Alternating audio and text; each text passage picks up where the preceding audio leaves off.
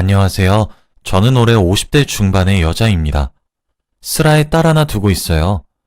오늘은 여러분들에게 제가 얼마 전에 겪었던 충격적인 일에 대해서 알려드리려고 이렇게 글을 씁니다. 지금 생각해봐도 가슴이 먹먹해지고 눈물이 앞을 가리지만 그래도 이 상처를 치유하려면 꽤 긴 시간이 걸리겠죠? 그냥 제 이야기를 들어주시고 세상에는 이런 일도 있구나 하면서 가볍게 생각해 주시길 바랄게요. 저는 남편과 일찍 결혼했습니다. 솔직히 말하면 정략 결혼으로 말이죠.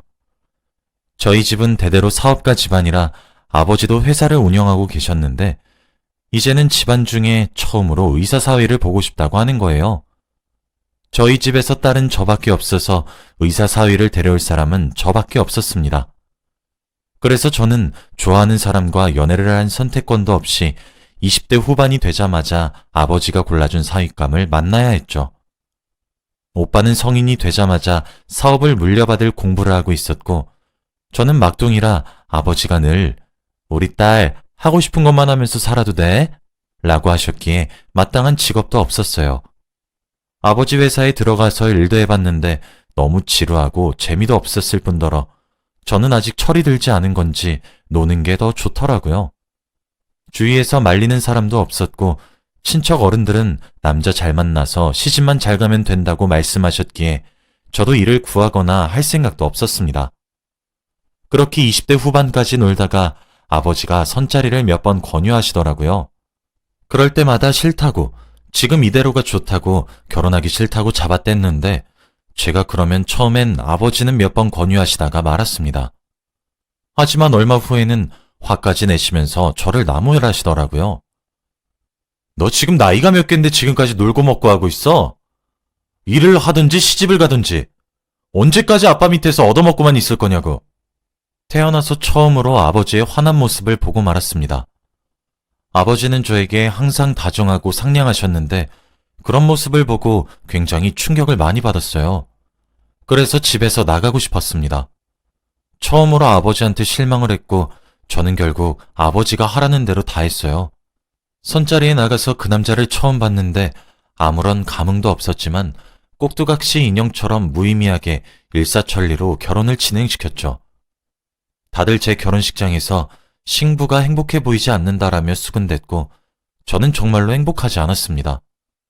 솔직히 조금의 반항심도 있었던 것 같아요. 아버지가 원하는 대로 흘러가서 제가 이렇게 불행하다는 것을 보여주고 싶었거든요. 제가 불행한 게 과연 아버지가 원하는 건가 하면서 말이죠. 저도 그때는 많이 철이 없었죠. 나이가 30이 다 되어 가는데 제대로 된 직업 하나 없이 돈만 펑펑 쓰면서 놀았으니까요. 그치만 그때는 알지 못했습니다. 돈이 있어서 쓰는 거고 돈을 벌어야 하는 이유를 몰랐거든요. 아무튼 저는 몇 마디 나눠본 적도 없는 의사 남편과 결혼식을 올렸고 저희 사이는 사랑 같은 건 없었습니다. 분명 이 사람도 저희 집안에 돈을 보고 결혼했거나 아니면 아버지와 단둘이서 사전에 조건을 걸고 저를 이용한 결혼이라고 생각했거든요. 저희는 신혼집에서 거의 동거인 수준으로 지냈습니다. 당연히 신혼의 뜨거움은 없었고 설레임도 없었죠. 그런데 이건 잠깐이더라고요. 매일같이 한 공간에 있고 한식탁에서 밥도 같이 먹을 뿐더러 잠도 한 침대에서 같이 자니까 저도 모르게 정이 들어버린 거 있죠. 그런데 그 사람도 그런지 서로 모르게 서로를 챙겨주고 있더라고요. 사소한 거 하나 할 때마다 남편을 생각하게 된다던지 말이죠. 그렇게 저희는 연애하는 것 같은 결혼 생활을 결혼하고 몇 달 후에 하게 되었답니다. 그러다 보니 자연스럽게 뜨거워졌고 사랑했어요. 저희의 사이가 좋아지다 보니 아버지의 관계도 회복이 되었고 결혼 생활도 행복했습니다. 그리고 결혼한 지 몇 년이 지나고 저희 사이에서 아이가 생겼어요. 30대 초반의 출산이라 조금 이르다고 생각했었는데 저희는 오히려 좋았습니다. 아이는 딸이었고 아이를 낳으니 우리 가족의 사이는 더 돈독해지더라고요. 아이를 중심으로 대화도 많아졌고 오히려 싸움은 줄었습니다. 남편은 의사 일을 열심히 하고 있으면서도 제 육아를 최선을 다해서 도와주었어요. 저도 그 모습에 감동받고 더 열심히 보답했고요. 이렇게 저희 세 가족은 정말 행복했습니다. 그리고 이제 아이가 점점 크고 고등학생이 되었어요. 저도 어느덧 50대가 다 되어가는 나이였죠. 아이를 낳았을 때는 부부 금슬도 좋고 어디 가서 부러움을 많이 사는 부부였습니다. 저는 집안도 괜찮았을 뿐더러 남편은 의사니까요. 그런데 지금은 예전과는 달라졌습니다. 남편도 같이 나이가 들어서 왠지 모르게 무뚝뚝해졌고 딸은 고등학생이라 예민할 시기다 보니 대화도 잘 하지 않았어요. 저는 그저 집에서 밥하고 청소하는 여자일 뿐입니다. 남편이 결혼 초 때와 달라졌다는 것은 대충 눈치챘지만 개의치 않았어요. 서로 나이도 많이 들었고 약 20년을 같이 살다 보면 무덤덤해지는 경우가 많으니까요. 그런데 시간이 지날수록 단순히 무뚝뚝해진 게 아니라 저를 싫어한다고 느낄 정도로 남편은 저를 대우했습니다. 얼마 전 의사 동반 부부 모임이 잡혔었어요. 남편 주위의 의사 지인들의 부부와 함께 1박 2일로 여행을 가는 것이죠. 결혼 초부터 매년 가고 있었고 지인들이랑 다 친한 편이에요. 그런데 작년부터 대뜸 가지 말자고 하는 겁니다. 갑자기 왜 그러냐고 물어보면 그냥 귀찮대요. 병원 일이 많아서 쉬고 싶다고 하면서 말이죠. 그런데 올해는 달랐습니다. 올해도 의사 부부 동반 모임이 있었고 저는 당연히 가는 줄 알았죠. 그런데 남편은 아니, 당신이 갈 곳은 아니지. 차라리 나 혼자 가는 게 더 편하고 좋으니까 나 혼자 갔다 올게. 라고 하면서 저만 쏙 빼고 남편 혼자서 갔습니다. 솔직히 많이 속상했어요. 제가 이제 나이도 들고 그래서 여자로 안 보이나 싶었거든요. 그리고 그동안 아버지 사업도 예전만큼 번창하신 게 아니어서 남편의 월급으로 생활하고 있었거든요. 그것뿐만 아니라 제가 차린 밥은 일절손도 되지 않았고 주말마다 딸과 함께 셋이서 가까운 곳이라도 산책을 가거나 했는데 그것도 하지 않았어요. 주말마다 남편은 어디론가 갔거든요. 그러고는 밤늦게 들어옵니다. 저희는 다시 결혼 극초반의 모습처럼 동거인 수준으로 같이 살게 되었어요. 저는 다른 의심 전혀 하지 않았고 단순히 제 남편이 바쁘다고 생각했습니다. 그런데 그게 아니었더라고요. 얼마 전 남편이 퇴근을 하고 남편이 입고 나간 옷을 세탁하려고 바지 주머니를 이리저리 뒤지는데 귀걸이 한 짝이 나오는 겁니다. 엄청나게 화려하고 크기도 큰 귀걸이였어요. 제 스타일과는 전혀 달랐고 저한테 선물을 하려고 샀다고 하기엔 주머니에 단 한 짝밖에 없었습니다.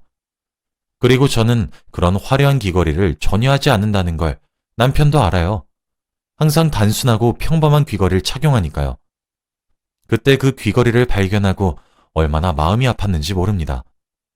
남편이 요즘 따라 달라졌다고 생각한 게 일이 많이 힘들고 지인들과 시간을 많이 보내고 싶어서 그런 줄 알았는데 그게 아니라 여자가 생긴 거였다고 생각하니까 가슴이 아려오는 거 있죠. 뒤통수를 아주 세게 맞은 기분이었습니다. 저는 몰래 세탁실 옆에 있는 조그마한 보일러실로 들어가서 아무도 모르게 숨죽여 울었네요. 한 30분 정도 울다가 부은 눈을 조금 가라앉히고 아무 일 없는 척 생활해도 아무도 눈치를 못 채더군요. 솔직히 많이 속상했습니다. 이 집에서 나라는 존재가 무엇인가 하고 말이죠. 그런데 하루 이틀이 지날수록 남편은 더 당당하게 밖으로 나다녔고 저는 혼자 마음속으로 아, 그 여자 보러 가는구나 생각하며 누가 가슴을 송곳으로 콕콕 찌르는 듯한 고통을 느껴야 했습니다. 왠지 모르게 마음속에 암덩이가 생긴 기분이었죠. 다 알면서도 외도 현장을 보내주는 게 정말 기분이 묘합니다. 솔직히 몇 번은 그렇게 보내줬는데 아무리 생각해도 이건 아닌 것 같은 날이 있었어요.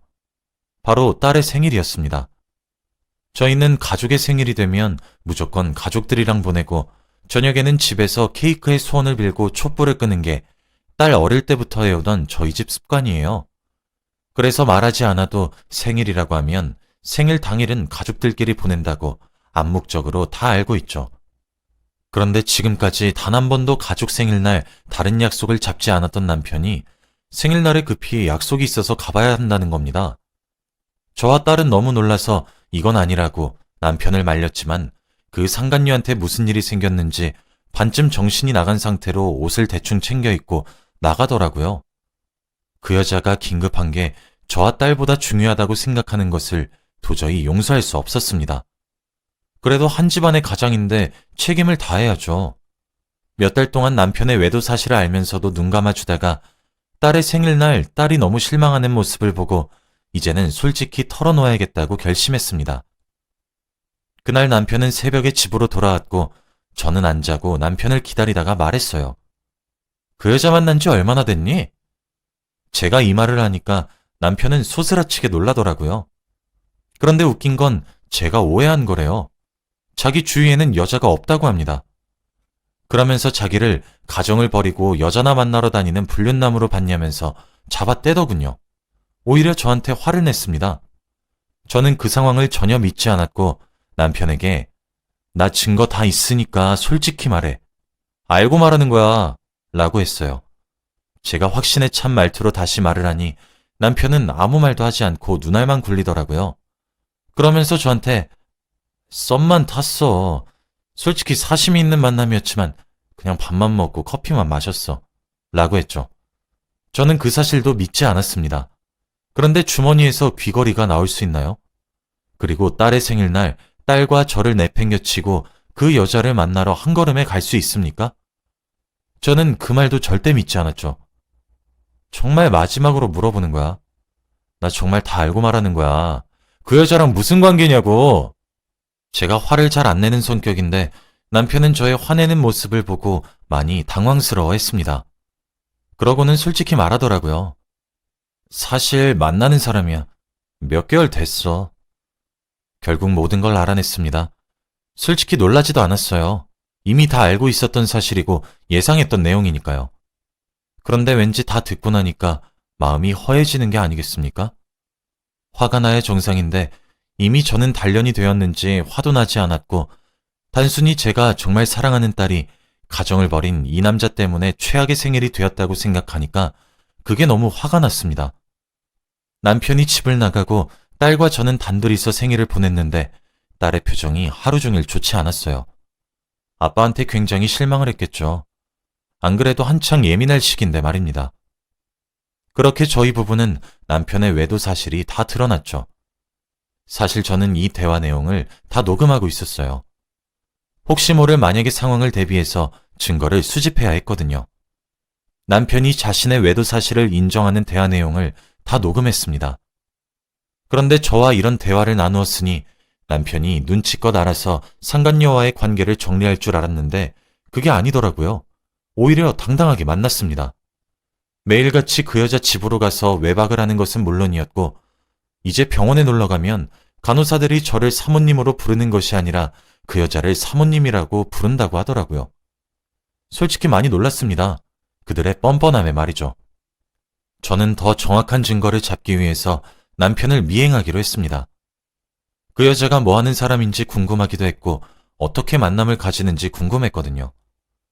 남편은 퇴근하자마자 곧장 택시를 타고 한 아파트로 가더군요.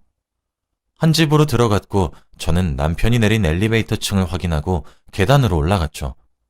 그런데 딱 그때 현관문에서 그 여자가 나와서 남편을 반기더라고요. 저와 그 상간녀가 눈이 마주쳤습니다. 그리고 저를 아는지 놀라더군요. 남편도 그 여자 표정을 보고 뒤를 돌아서 저와 눈이 마주쳤습니다. 그렇게 저희 셋은 그 여자네 아파트 복도에서 삼자대면을 하고 말았죠. 남편은 저를 보자마자 놀라서 주저하는 게 아니라 오히려 저한테 화를 냈습니다. 설마 여기까지 따라온 거야? 정말 징그럽다. 역겨워. 당장 집으로 돌아가. 저한테 그런 막말을 내뱉으면서 손수 엘리베이터까지 손목을 끌고 가서 저를 밀어 넣었습니다. 저는 남편을 힘으로 이길 수 없었고 어쩔 수 없이 엘리베이터를 타고 1층까지 내려와 버렸죠. 집으로 돌아가서 미행한 걸 후회했습니다. 너무 창피하고 수치스러웠거든요. 왠지 모르게 그 둘의 사이가 저보다 더 부부 같았습니다. 그 뒤로 남편과 단 한마디도 나누지 않았어요. 그렇게 며칠이 흘렀습니다. 그런데 얼마 뒤에 그 여자가 연락이 오더라고요. 잠깐 만나자고 하면서 말이죠.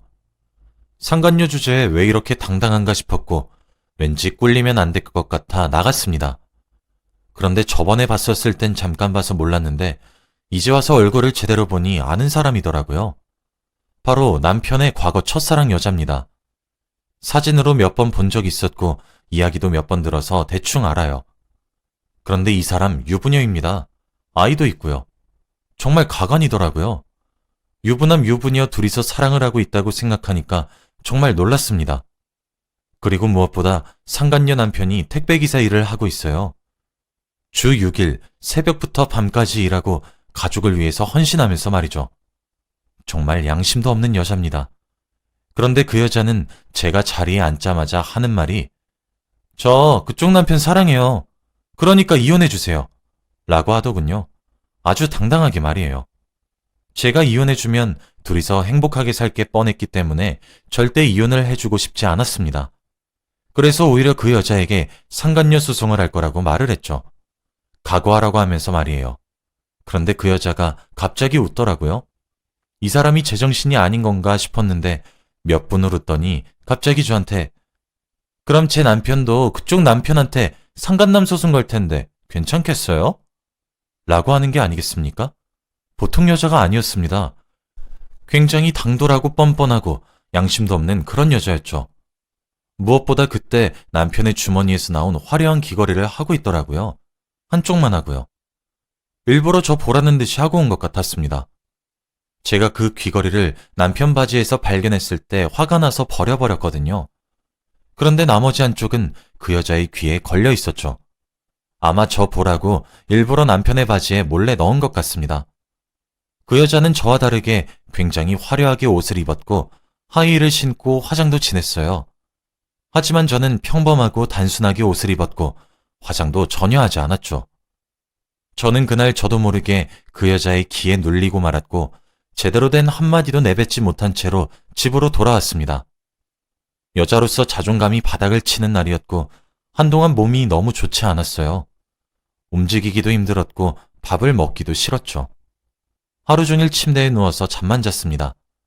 그런데 딸이 저한테 왜 그러냐고 병원을 갔다 오라고 하더라고요. 저를 챙겨주는 건 딸밖에 없었습니다. 단순 몸살이라고 생각하고 의사 부부 동반 모임에서 만났던 친한 의사 병원에 가서 진단을 받았는데 다행히 아무 이상이 없더라고요. 잘 쉬면 된다고 말하길래 좋게 넘겼습니다. 그리고 병원에 갔다가 집에 돌아왔는데 딸이 거실에서 울고 있더라고요. 너무 놀라서 왜 우냐고 무슨 일이냐고 물어보았죠. 그런데 딸이 하는 말은 정말 충격적이었습니다. 아빠 지금 다른 여자 생겼지? 나도 할 거 다 아는 나이야. 저는 차마 제 앞가림을 한다고 딸 생각을 못했어요. 남편이 매일같이 외박을 하고 휴대폰을 붙들고 사는 걸 분명 저 말고도 딸도 보았을 텐데 왜 저는 딸을 생각 못했을까요? 저는 아니라고 최대한 잡아댔지만 딸은 믿을 생각이 없어 보였습니다. 저는 그날도 안방 화장실에서 펑펑 울었어요. 몸도 마음도 다 아프고 집안도 점점 무너지는 게 보이니까 너무 막막했거든요. 이대로 정말 이혼을 해야 하나 생각했습니다. 하지만 더 슬픈 건 이혼을 한다면 제가 갈 곳이 없다는 거예요. 저는 마땅한 직업도 없고 할 수 있는 게 아무것도 없으니까요. 이런 제 자신이 너무 한심했고 과거에 놀기만 했던 게 한으로 남았습니다. 그렇게 저는 며칠간 거의 집에서 숨죽인 채 살고 있었어요. 저희 집은 대화 한마디 오가지 않았죠. 그런데 남편이 조금 달라졌습니다. 예전과 다르게 가정에 충실해졌다고 할까요? 매일같이 외박을 하던 것도 이제는 전혀 하지 않습니다. 그리고 제가 설거지나 청소를 하고 있으면 와서 자기가 하겠다고 해요. 정말 하루아침에 사람이 바뀌었어요. 갑자기 왜 이러나 싶었고 오히려 저는 기쁜 마음보다 당황스럽더라고요. 이 남자가 또 무슨 잘못을 했길래 나한테 이러나 싶으면서 말이죠. 그런데 남편은 태도가 바뀌면서 저한테 권유하는 게 생겼어요. 바로 약 하나를 주면서 매일 하루에 2알씩 먹으라고 했죠. 솔직히 저는 알지도 못하는 약을 먹는 건 조금 꺼림칙해서 먹지 않겠다고 했습니다. 그런데 사정사정하면서 제발 먹어달라고 하는 게 아니겠어요? 도대체 무슨 약이냐고 물어보면 단순 비타민이래요. 그런데 이렇게까지 억지로 저를 먹여야 하는 이유를 알지 못했습니다. 솔직히 남편이 내 몸을 망가지게 하려고 일부러 그러나 싶었죠. 그래서 남편이 출근했을 때 몰래 약국으로 찾아가 그 약에 대해서 여쭈어 보았어요. 그런데 그 약의 종류를 알고 충격을 받고 말았습니다. 그 약은 바로 항암치료 약이었거든요. 항암치료 초기 환자들이 약물 치료할 때 먹는 약이라고 했습니다. 분명 얼마 전 검진했을 때 아무 이상 없다고 했는데 제가 암이라뇨. 저는 한 번도 제가 암에 걸릴 거라고는 상상도 하지 못했습니다. 그때 저를 검진해준 친한 의사가 생각이 났어요. 아마 제가 암인 것을 알고 일부러 저한테 알리지 않고 남편에게 알린 것이라고 생각했죠. 그래서 남편이 갑자기 예전과 다르게 가정에 충실해졌고요. 이제서야 모든 퍼즐이 다 맞춰주었습니다. 남편은 제가 암에 걸렸다는 소식을 친구에게서 듣고 나서 태도가 변한 거죠. 딸한테도 다시 잘했고 저한테는 더더욱 잘했거든요. 그리고 암 초기 환자들이 먹는 거라고 하니까 약물 치료로 치료할 수 있을 줄 알았습니다. 드디어 남편이 사람이 바뀌었고 정신을 차리고 돌아온 줄 알았어요. 그 여자의 관계는 끝날 줄 알았죠. 그러면서 기분이 좋아졌습니다. 그 여자는 단순히 한순간의 바람이었을 뿐이었죠. 그래서 남편한테는 제가 다 알고 있는 사실을 모른 척했어요. 일부러 그 상황을 더 즐기고 싶었거든요. 남편이 이제 집에 잘 붙어 있고 그 여자와 만나는 것 같지 않으니 너무 평온한 마음이 들었습니다. 그런데 몸은 그렇지 않았어요. 남편이 추천해준 약을 먹어도 몸은 점점 더 말라가고 아파왔습니다. 분명 그 약은 항암 초기 환자들이 먹는 거라서 그 약만 먹으면 약물 치료로 나을 수 있다고 했는데 아무리 생각해도 암이 심해지고 있는 기분이었어요. 분명 남편도 제 외모가 많이 쇠약해져서 눈치를 챘을 텐데 말이죠. 제가 남편한테 몸이 아파서 병원을 간다고 해도 남편은 말렸습니다. 자기가 준 약만 먹으면 나을 거라고 하면서 말이죠. 저는 또 그 말을 바보같이 믿고 말았네요. 갈수록 제 몸은 약해져 갔고 남편은 더 가정적으로 변했습니다. 그런데 어느 날 제가 충격적인 것을 보고 말았어요. 바로 남편의 휴대폰입니다. 남편은 얼마 전부터 가정적으로 변한 뒤로는 휴대폰을 거의 만지지 않아요. 잠금도 물론 해놓지 않고요. 그래서 우연히 남편의 휴대폰을 봤는데 관계가 끝난 줄 알았던 그 상간녀와의 대화 내용이 있었습니다. 불과 몇 분 전까지만 해도 연락을 주고받았더군요. 그런데 대화 내용을 보고 저는 기겁하고 말았습니다. 남편이 지금까지 가정적으로 한 행동들이 모두 연기라고 했거든요. 그들은 제가 빨리 생을 마감하고 그 여자가 제 자리를 치고 들어오는 것을 원했습니다. 의사 사모님 소리 듣고 싶다고 하면서 말이죠. 남편도 제 마지막 기억에는 가정적인 남편으로 남고 싶어 했기에 이렇게 헌신을 하는 거였습니다. 그리고 무엇보다 저는 암 초기가 아니래요. 당장 병원에 가서 치료를 받아야 하는 수준이라고 했습니다. 그래서 초기 환자가 먹는 약을 먹어도 몸이 나아지지 않는 거였죠. 정말 온몸에 소름이 끼쳤고 그들이 무서워지기 시작했어요. 사람 목숨을 이렇게 가볍게 생각하는 것이 너무 잔인하잖아요. 둘이서 시나리오를 짜고 있었던 겁니다. 저는 바로 병원으로 가서 진단을 받기 시작했어요. 의사 선생님은 일주일만 늦었어도 잘못될 뻔했다며 지금이라도 온 게 다행이래요. 그래서 그날부터 치료를 받기 시작했습니다. 남편과 그 여자한테는 각자 고소장을 보냈죠. 살인 미수죄로 말이에요. 그리고 상간녀 소송과 이혼 소송까지 다 했습니다. 그들이 원하는 대로 만들어주고 싶지 않았거든요.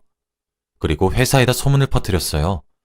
남편의 병원과 그 여자의 회사, 그리고 제가 다니는 회사까지요. 남편은 아픈 아내를 두고 가정을 버린 사람이 되었고 그 상간녀는 말할 것도 없죠. 둘 다 직장에서 해고당했어요. 결국에는 제 승리로 이어졌죠. 남편은 그렇게 자부심을 가지던 의사 직업을 한순간에 잃고 말았습니다. 저는 너무 통쾌했어요. 그들이 나락으로 떨어지는 것을 보니까 항암 치료를 하면서도 조금은 웃을 수 있었습니다. 딸도 저한테 너무 잘했다고 칭찬해줘요. 아빠가 그렇게 가정적인 척 할 때부터 자기는 역겨웠다고 하면서요. 지금은 항암 치료도 어느덧 마무리가 되어 갑니다. 이미 남편과는 이혼을 해서 집을 나왔고요. 딸과 함께 말이죠. 딸은 이제 어느덧 대학생이 되었고 저한테 많은 도움을 줍니다. 딸이 없으면 어땠을지 생각도 하기 싫네요. 여러분도 혹시 저와 같은 경험이 있나요? 저는 아직도 소름인 게 의사였던 남편이 제 목숨 가지고 장난을 치는 게 너무 무섭습니다. 그런 사람은 의사를 할 자격도 없죠. 제 이야기는 여기까지입니다. 들어주셔서 감사합니다.